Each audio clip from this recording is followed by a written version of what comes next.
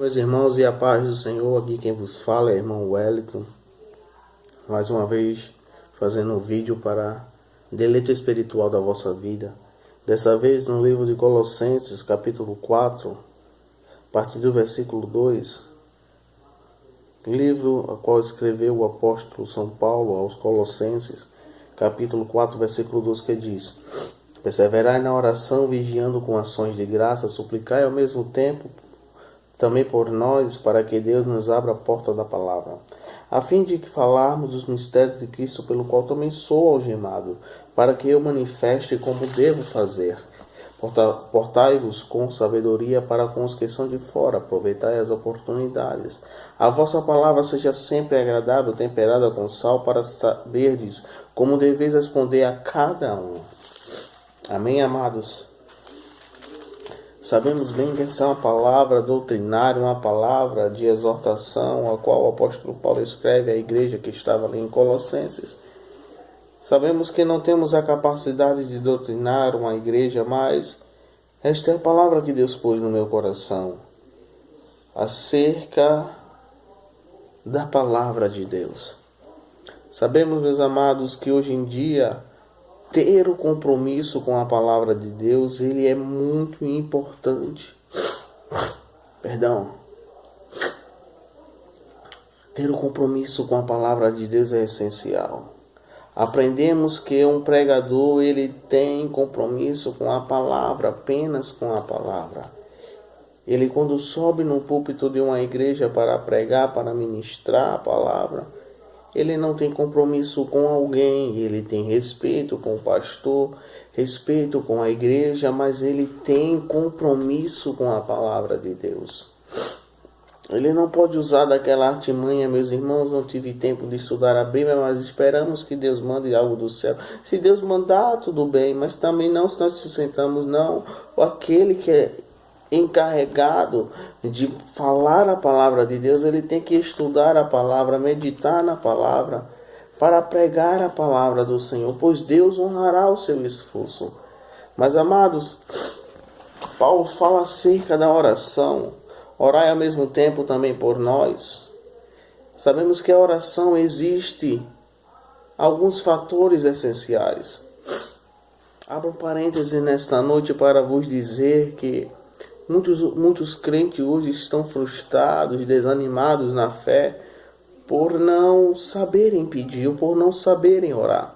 Pois a oração é um diálogo do homem com Deus, de Deus com o homem. E muitos ficam frustrados por não saber pedir as coisas ao Senhor.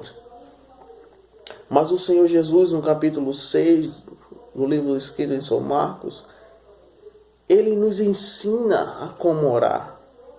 Primeiro, no Sermão da Montanha, no versículo de número 9, ele começa dizendo: portanto, orais assim: Pai nosso que estás no céu, santificado seja o teu santo nome. Venha o teu reino sobre nós. E por assim sucessivamente ele vai falando.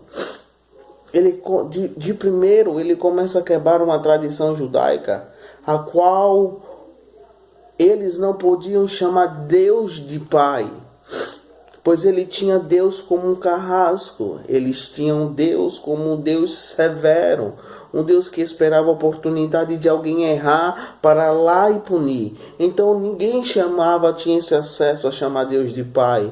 Mas Deus quebrou esse paradigma na mesma hora, dizendo: não, o Pai não é isso que vocês pensarem. O Pai não é isso que vocês pensam, ou que botam na doutrina, ou que falam essas doutrinas falsas e põem nas suas cabeças. O Pai não é esse carrasco. O Pai é aquele que está disposto a ouvir a minha oração. O Pai é aquele que está disposto a ouvir tua oração. O Pai é aquele que está sempre pronto para atender nossas orações. Então Jesus começou a quebrar o paradigma, dizendo: Pai nosso que está no céu. Quando Jesus nos ensina como deve orar, irmãos, isso não quer dizer que a oração do crente tem que ser o Pai Nosso que está no céu. Aquilo ali é uma forma que Deus começou a instruir o povo. Ele quis dizer o quê? Que primeiro a oração você comece agradecendo, comece engrandecendo, adorando ao Senhor, para depois falar do que você precisa, do que necessita. Mas contudo sabendo, amados, que uma oração, ela não só deve ser para benefício próprio. Uma oração que é apenas para benefício próprio, ela não é atendida ao Senhor. A oração, ela tem que ser coletiva. Como assim, amados? Como assim, irmão Elton, você está dizendo? Uma oração, ela não tem que ser só exclusiva para mim. Ah, Deus, eu quero, eu preciso. Deus me dá aquilo, aquilo outro. Jesus, eu preciso. Não. Deus abençoa, meus amados, meus irmãos. Deus abençoa a tua igreja, os missionários, os pastores. Deus vai abençoando a tua igreja, os enfermos, aqueles que estão no presídio. Deus, e assim sucessivamente, amados. Uma oração não é apenas para benefício próprio. Por isso que muitos estão escarnecendo na fé, porque não sabem pedir ou orar ao Senhor. Mas vamos voltar para o texto a qual o apóstolo Paulo ele fala. Ele não pede oração, é interessante isso, é muito profundo. O apóstolo Paulo estava preso e ele não estava orando para pedir para que os irmãos orassem, intercedessem a Deus para que soltasse ele, não. Ele não estava pedindo uma oração para o seu benefício.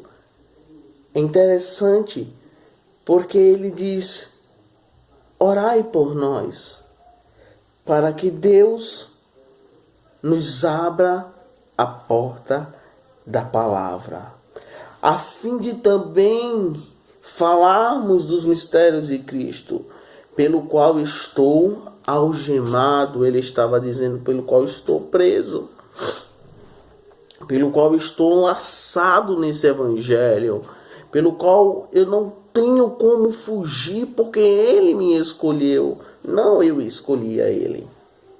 Então, amados, nós hoje, em nosso cotidiano, no século 21, nós vemos três realidades.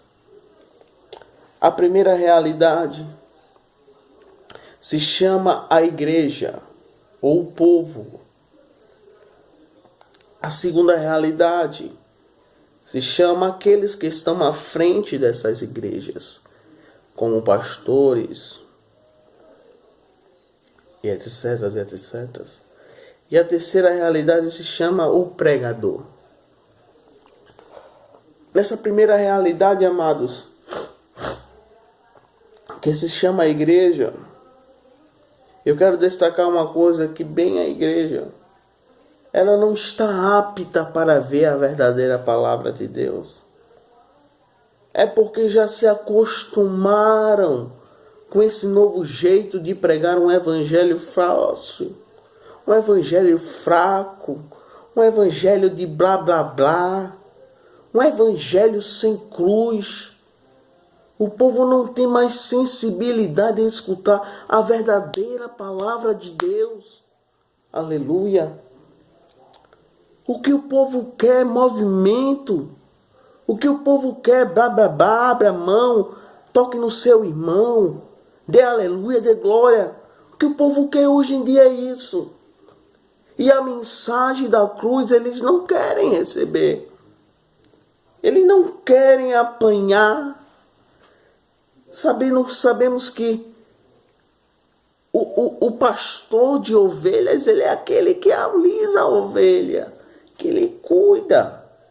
Mas também é aquele que bate o cajado. Hoje só querem alisado, só querem jeitinho, só querem blá blá blá, só querem movimento e nada da palavra ser pregada.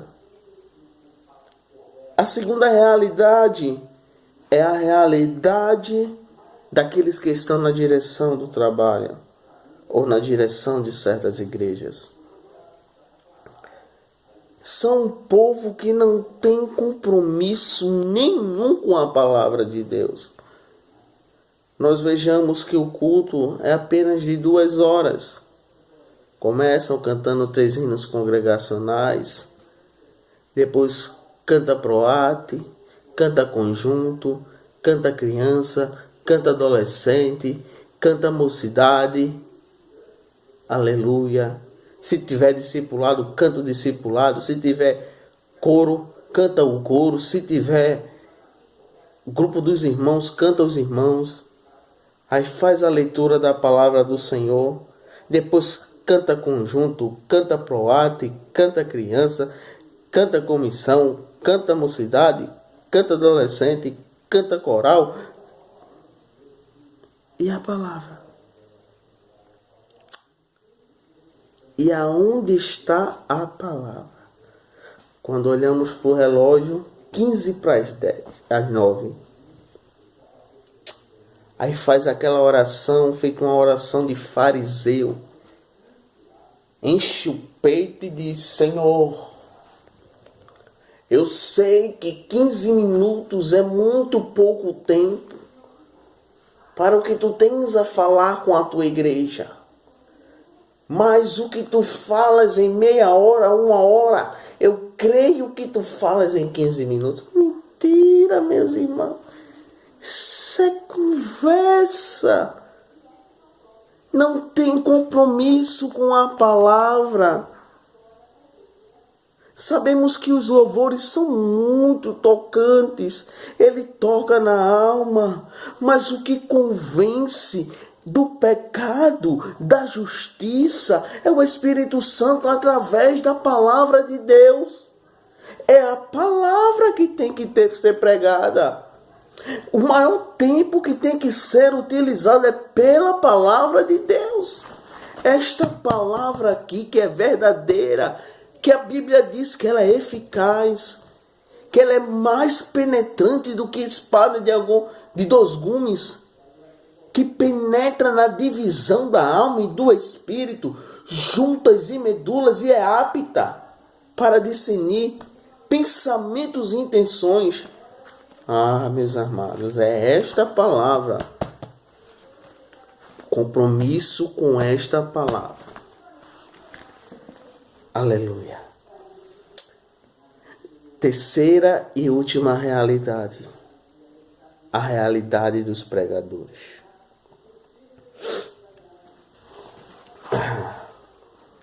Essa é Paulo. Aqueles pregadores que, como falamos já, não tem compromisso com a palavra, não estudam a palavra, não leem a palavra. A única hora que pega para ler é na hora que os conjuntos, na hora que os órgãos da igreja estão cantando, ele está ali lendo para fazer a leitura oficial da igreja. Mas não tem compromisso. Chega no púlpito, diz: irmãos, não estávamos aptos a essa oportunidade, mas vamos ler o que Deus mandar. Eu creio que Ele pode nos usar e mandar uma palavra do céu. Com certeza Ele pode, irmãos. Ele pode, mas Deus, Ele gosta de honrar o homem quando ele lê a palavra. Quando Ele prepara um sermão para a sua igreja. Deus, Ele gosta de investir, de honrar. Mas não tem compromisso nenhum com a palavra de Deus. Aí chega lá em cima do púlpito, começa a falar da sua vida, começa a falar de suas experiências. É bom, é edificante, mas não convence o pecador. Aleluia, glórias a Deus. E há quem diga, irmãos, é interessante, mais uma vez eu falo da igreja, que se dá nota ao pregador pela tonalidade da sua voz, do grave da sua voz, do quanto ele grita. Se dá nota a um pregador pela quantidade de glória que se estende na igreja. Se dá nota a um pregador pela quantidade que vê o povo marchando, falando em mistério dentro da igreja. Não. Sabe qual é a verdadeira nota que devemos dar a um pregador? Quando vemos pessoas sendo tocadas pelo Espírito Santo. Quando vemos pessoas sendo tocadas e vindo se converter ao Senhor. Quando vemos pessoas que são crentes sendo restauradas, renovadas pelo poder da palavra do Senhor. Mas não por qualquer palavra, não porque qualquer blá blá blá, não. Mas pela verdadeira palavra de Deus. Esta palavra que faz isso. O pregador nenhum faz isso. Esta palavra é quem faz todas as coisas. Aleluia. E é por isso que preferimos ficar com essa palavra. Meus irmãos, somos limitados ao Espírito Santo. E Ele nos conduz a parar nessa noite. Pois é até aqui não mais adiante. Mas, se lembre, a igreja, quem está na direção da igreja e os escalados para pregar na igreja tem que ter compromisso com a palavra. Lembre-se do apóstolo Paulo, mesmo estando preso, algemado, mesmo estando preso, açoitado, ele não pediu a Deus para que levasse ele da cadeia, não, mas ele pediu pediu aos irmãos que orassem por ele para que Deus abrisse a porta da palavra. Então fica essa pequena reflexão para você, pregador. Fica essa pequena reflexão para você, dirigente de uma igreja. Fica essa pequena reflexão para você, igreja do Senhor. A palavra é verdadeira. E a própria palavra diz: o que foge dela é procedência do mal. A palavra de Deus usada de forma incoerente não é mais palavra de Deus. Agora, a palavra de Deus usada da maneira que está aqui é mais do que uma palavra de Deus. É uma rajada da glória de Deus. Então, que Deus nos abençoe e continuemos assim, meditando na palavra, vivendo na palavra, buscando a palavra e o principal, conservando a palavra dentro de nós. Façamos como o salmista: escondi a tua palavra dentro do meu coração para não pecar contra ti. Que Deus nos abençoe e até a próxima, se Deus quiser. Amém.